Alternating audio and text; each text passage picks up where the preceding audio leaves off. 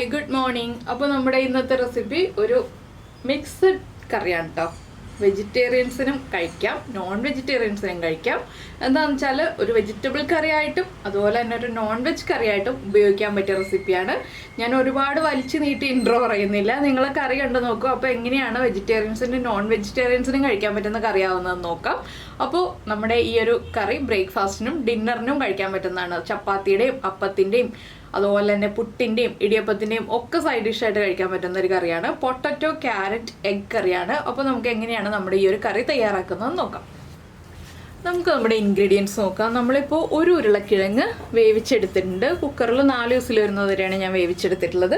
പിന്നെ ഒരു ക്യാരറ്റ് ഇതുപോലെ ഈ ഒരു വലിപ്പത്തിൽ കട്ട് ചെയ്ത് വെച്ചിട്ടുണ്ട്. നമ്മൾ സാധാരണ വെജിറ്റബിൾ കറിക്ക് കട്ട് ചെയ്യുന്നതിനേക്കാൾ കുറച്ചുകൂടി ചെറുതായിട്ടാണ് കട്ട് ചെയ്തിട്ടുള്ളത്. ഒരു തക്കാളി ചെറുതായിട്ട് കട്ട് ചെയ്ത് വെച്ചിട്ടുണ്ട്. ഒരു സവോള നീളത്തിൽ സ്ലൈസ് ചെയ്തിട്ടൊന്ന് കുറുകി കട്ട് ചെയ്ത് വെച്ചിട്ടുണ്ട്. ഒരു 2 പച്ചമുളക് ഈ ഒരു വലുപ്പത്തിൽ കട്ട് ചെയ്ത് വെച്ചിട്ടുണ്ട്.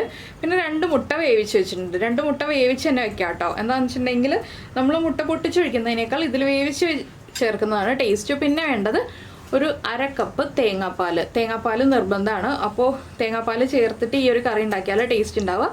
1/2 കപ്പ് ഇല്ലെങ്കിൽ 1/4 കപ്പെങ്കിലും നിങ്ങൾ ചേർക്കാം കേട്ടോ. അപ്പോൾ ആദ്യം നമുക്ക് ഒരു പാൻ ചൂടാക്കിയിട്ട് ബാക്കിയുള്ള കാര്യങ്ങൾ ചെയ്യാം.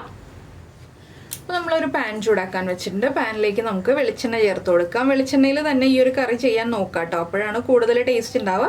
പിന്നെ വെളിച്ചെണ്ണ താല്പര്യമില്ല എന്നുണ്ടെങ്കിൽ വെജിറ്റബിൾ ഓയിലും ചെയ്യാം. അപ്പോൾ നമ്മുടെ വെളിച്ചെണ്ണ ഒന്ന് ചൂടായി തുടങ്ങുമ്പോൾ നമുക്കിതിലേക്കൊരു 1/2 ടീസ്പൂൺ കടുക് ചേർത്ത് കൊടുക്കാം. കടുകൊന്ന് പൊട്ടി തുടങ്ങട്ടെ. അപ്പോൾ നമ്മുടെ കടുക് പൊട്ടിക്കൊണ്ടിരിക്കുന്നുണ്ട്. നമുക്കിതിലേക്ക് വേണം എന്നുണ്ടെങ്കിൽ ഇഞ്ചിയും വെളുത്തുള്ളിയും ഓരോ ചെറിയ പീസ്, ഒരു അല്ലി വെളുത്തുള്ളി അതുപോലെ തന്നെ ഒരു ചെറിയ പീസ് ഇഞ്ചി, ഇത് രണ്ടും ചതച്ച് ചേർക്കാം കേട്ടോ. ഞാനിപ്പോൾ ഇഞ്ചിയും വെളുത്തുള്ളിയും ചേർക്കുന്നില്ല. വേണമെന്നുണ്ടെങ്കിൽ ചേർക്കാം എന്ന് പറഞ്ഞു എന്ന് മാത്രം. അപ്പോൾ ഇഞ്ചിയും വെളുത്തുള്ളിയും ചേർക്കുന്നുണ്ടെങ്കിൽ കടുക് പൊട്ടി കഴിയുമ്പോൾ തന്നെ ചേർക്കുക. ചതച്ച് ചേർക്കുകയാണ് ബെറ്റർ.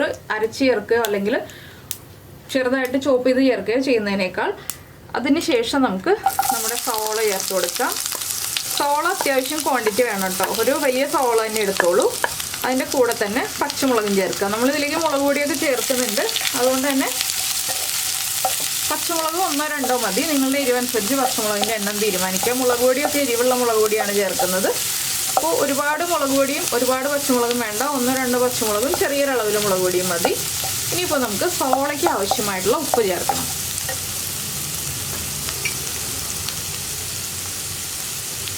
ഞാനിപ്പോൾ ഒരു 1/2 ടീസ്പൂൺ ഉപ്പ് ചേർത്ത് കൊടുക്കുന്നുണ്ട്.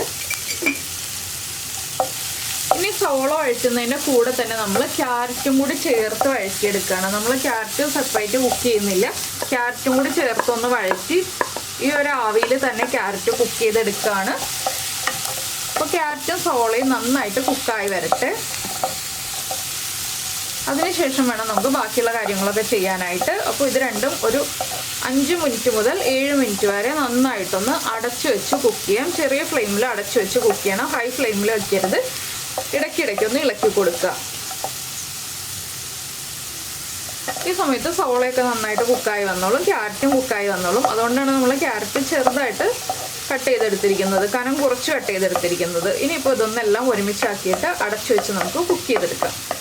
അപ്പോൾ നമ്മുടെ ക്യാരറ്റും സവോളയൊക്കെ അടച്ചു വെച്ചിട്ട് ഒരു 7 മിനിറ്റോളം ആയി. ഒരുവിധം സവോളയും ക്യാരറ്റും കുക്കായിട്ടുണ്ട്. ഇനിയുള്ളത് നമ്മുടെ മസാലകളൊക്കെ ചേർത്ത് കഴിയുമ്പോൾ ബാക്കിയെല്ലാം ആഡ് ചെയ്ത് കുക്ക് ചെയ്തെടുക്കാം. ഇത് കണ്ടോ, ലോ ഫ്ലെയിമിൽ വെച്ചതുകൊണ്ട് സവോള വഴറ്റി അങ്ങോട്ട് കരിഞ്ഞ കളറിലായിട്ടുമില്ല. സവോള നന്നായിട്ട് ട്രാൻസ്പെറൻ്റായി കുക്കായി വന്നിട്ടുണ്ട്. ഇനി നമുക്കിതിലേക്ക് പൊടികൾ ചേർത്ത് കൊടുക്കാം. ആദ്യം ചേർക്കുന്നത് ഒരു 1/2 ടീസ്പൂൺ മഞ്ഞൾപ്പൊടി, പിന്നെ 1 ടീസ്പൂൺ മല്ലിപ്പൊടി. നമുക്ക് എരിവുള്ള മുളക് പൊടിയും ചേർക്കാം, കാശ്മീരി ചില്ലി പൗഡറും ചേർക്കാം. കാശ്മീരി ചില്ലി പൗഡർ ആണെങ്കിൽ 1.5 ടീസ്പൂൺ ചേർത്തോളൂ. എരിവുള്ള മുളക് പൊടി ഞാനിപ്പോൾ ഒരു 1/2 ടീസ്പൂണേ ചേർക്കുന്നുള്ളൂ. നമ്മൾ പച്ചമുളക് ചേർത്തിട്ടുണ്ടല്ലോ, അതുകൊണ്ടാണ് ഞാൻ 1/2 ടീസ്പൂൺ മുളക് പൊടി ചേർക്കുന്നത്. ഇനി നമ്മളിതിലേക്ക് ചേർക്കുന്നത് 1/2 ടീസ്പൂൺ ഗരം മസാലപ്പൊടി. ഇത്രയും ചേർത്തിട്ട് നന്നായിട്ടൊന്ന് മസാലകൾ കുക്കായി വരുന്നത് വരെ 1 മിനിറ്റ് വഴറ്റിയെടുക്കുക.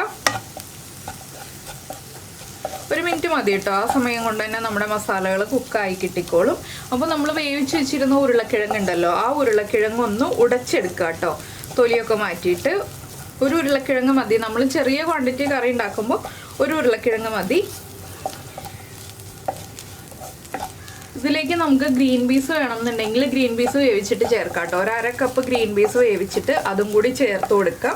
അത് ചേർക്കേണ്ടത് നമ്മുടെ തക്കാളി ഒന്ന് കുക്കായി കഴിയുമ്പോഴാണ്. ഞാൻ ഇനിയിപ്പോൾ തക്കാളി ചേർക്കാൻ പോവാണ്. ഈ തക്കാളിയും കൂടി ഒന്ന് കുക്കായി വന്നു കഴിയുമ്പോൾ ഗ്രീൻ പീസ് ചേർക്കണമെന്നുണ്ടെങ്കിൽ 1/2 കപ്പ് ഗ്രീൻ പീസ് കുക്ക് ചെയ്തത് ചേർത്ത് കൊടുക്കാം. ഫ്രോസൺ ഗ്രീൻ പീസ് ആണെന്നുണ്ടെങ്കിൽ നമ്മുടെ ഗ്രേവി തിളച്ചു തുടങ്ങുമ്പോഴാണ് ചേർക്കേണ്ടത്. അപ്പോൾ ഇനി നമുക്ക് വീണ്ടും അടച്ചു വയ്ക്കാം. തക്കാളി ഒന്ന് കുക്കായി വരാനായിട്ട്. ഒരുപാട് ഉടഞ്ഞു പോകണ്ട, ഒന്ന് ജസ്റ്റ് കുക്കായി വന്നാൽ മതി. ആ രീതിയിൽ നമുക്ക് ഒരു 2 മിനിറ്റത്തേക്ക് തക്കാളി ലോ ഫ്ലെയിമിൽ അടച്ചു വെച്ച് കുക്ക് ചെയ്തെടുക്കാം. ഇതൊന്ന് കുക്കായി വരട്ടെ. അപ്പോൾ നമ്മുടെ തക്കാളിയും ചേർത്ത് നമ്മൾ അടച്ചു വെച്ചിട്ട് ഒരു 2 മിനിറ്റ് ആയിട്ടുണ്ട്. ഇനി നമുക്കൊന്ന് ഇളക്കി കൊടുക്കാം. ഇതിലേക്ക് ഇനി നമ്മൾ ചേർക്കാൻ പോകുന്നത് നമ്മുടെ ഉരുളക്കിഴങ്ങ് ഉടച്ചതാണ്. ഉരുളക്കിഴങ്ങ് ഞാൻ നന്നായിട്ട് ഉടച്ചെടുത്തിട്ടില്ല കേട്ടോ, ചെറിയ പീസുകളൊക്കെ ഉണ്ട്. നന്നായിട്ട് ഉടച്ച് ചേർക്കണം എന്നുണ്ടെങ്കിൽ നന്നായിട്ട് ഉടച്ച് ചേർക്കാം. ഇതുപോലെ ചെറിയ പീസുകൾ കറിയിൽ കിട്ടുന്നത് നല്ലതാണ്, അതുകൊണ്ടാണ് ഞാൻ ഇതുപോലെ ഉടച്ച് ചേർത്തത്. ഇങ്ങനെ ആകുമ്പോൾ നമ്മുടെ കറിക്ക് ഒരു കൊഴുപ്പും കിട്ടും, അതുപോലെ തന്നെ നമുക്ക് കഴിക്കാൻ ഉരുളക്കിഴങ്ങിൻ്റെ ചെറിയ പീസുകളും കിട്ടും. ഇനി നമുക്കിതിലേക്ക് വീണ്ടും ഉപ്പ് ചേർത്ത് കൊടുക്കണം. നമ്മൾ സവോളയ്ക്ക് മാത്രമേ ഉപ്പ് ചേർത്തിട്ടുണ്ടായിരുന്നുള്ളൂ. അതുപോലെ തന്നെ നമുക്ക് എത്രത്തോളം ഗ്രേവി വേണമോ അതനുസരിച്ച് വെള്ളം ചേർക്കാം. ഞാനിപ്പോൾ ഒരു 1/2 കപ്പ് വെള്ളം ചേർക്കുന്നുണ്ട്. 1/2 കപ്പ് വെള്ളം ചേർക്കുമ്പോൾ തന്നെ കുറച്ച് കുറുകിയിരിക്കും. എന്താണെന്ന് വെച്ചാൽ നമ്മൾ ഉരുളക്കിഴങ്ങ് ഉടച്ച് ചേർക്കുന്ന കറികൾ കുറച്ച് കുറുകിയിരിക്കും. അപ്പോൾ 1/2 കപ്പ് വെള്ളം പോരാ. ഞാൻ ആദ്യം 1/2 കപ്പ് വെള്ളം ചേർത്തത് എന്താണെന്ന് വെച്ചാൽ നന്നായിട്ട് മിക്സ് ആയി കിട്ടാനാണ്. ഇനി നമുക്ക് കുറച്ചുകൂടി വെള്ളം ചേർത്ത് ഒന്നുകൂടി ഒന്ന് ലൂസാക്കി എടുക്കാം. അപ്പോൾ നിങ്ങൾ വെജിറ്റേറിയൻസ് ആണെന്നുണ്ടെങ്കിൽ ഈ ഒരു രീതിയിൽ ഒരു 1/4 കപ്പ് വെള്ളവും കൂടി ചേർത്ത് ഒന്നുകൂടി തിളപ്പിച്ചതിന് ശേഷം തേങ്ങാപ്പാലും ചേർത്ത് ഫ്ലെയിം ഓഫ് ചെയ്യാം. അങ്ങനെ വെജിറ്റേറിയൻസിന് ഈ ഒരു കറി തയ്യാറാക്കിയെടുക്കാം. പക്ഷേ നോൺ വെജിറ്റേറിയൻസിന് മുട്ടയൊക്കെ ഇഷ്ടപ്പെടുന്ന ആളുകൾക്കാണെന്നുണ്ടെങ്കിൽ ഞാൻ ഇനി ബാക്കി ചെയ്യുന്ന സ്റ്റെപ്പും കൂടി ചെയ്തിട്ട് നിങ്ങൾക്ക് കറി തയ്യാറാക്കാം. അപ്പോൾ ടേസ്റ്റി ആയിട്ടുള്ളൊരു ചപ്പാത്തിയുടെ സൈഡ് ഡിഷ് നമുക്ക് റെഡിയായി കിട്ടും.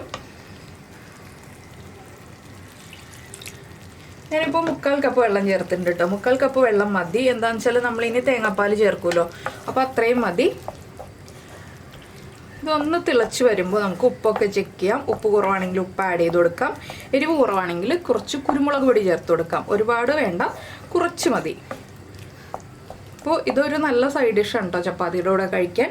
ഇതിലേക്ക് മുട്ട ചേർക്കാതെ തന്നെ ചപ്പാത്തിക്ക് മാത്രമല്ല പൂരിക്ക് കഴിക്കാം, അതുപോലെ തന്നെ അപ്പത്തിൻ്റെ കൂടെ കഴിക്കാം, എല്ലാത്തിൻ്റെയും കൂടെ കഴിക്കാൻ പറ്റിയ നല്ലൊരു സൈഡ് ഡിഷാണ്. ഞാനിപ്പോൾ ചപ്പാത്തിക്ക് ഉണ്ടാക്കുന്നത് കൊണ്ട് ചപ്പാത്തിയുടെ കൂടെ കഴിക്കാൻ എന്ന് എടുത്ത് പറഞ്ഞു എന്ന് മാത്രമേ ഉള്ളൂ. അപ്പോൾ ഇനി ഒന്ന് ടേസ്റ്റ് നോക്കുക.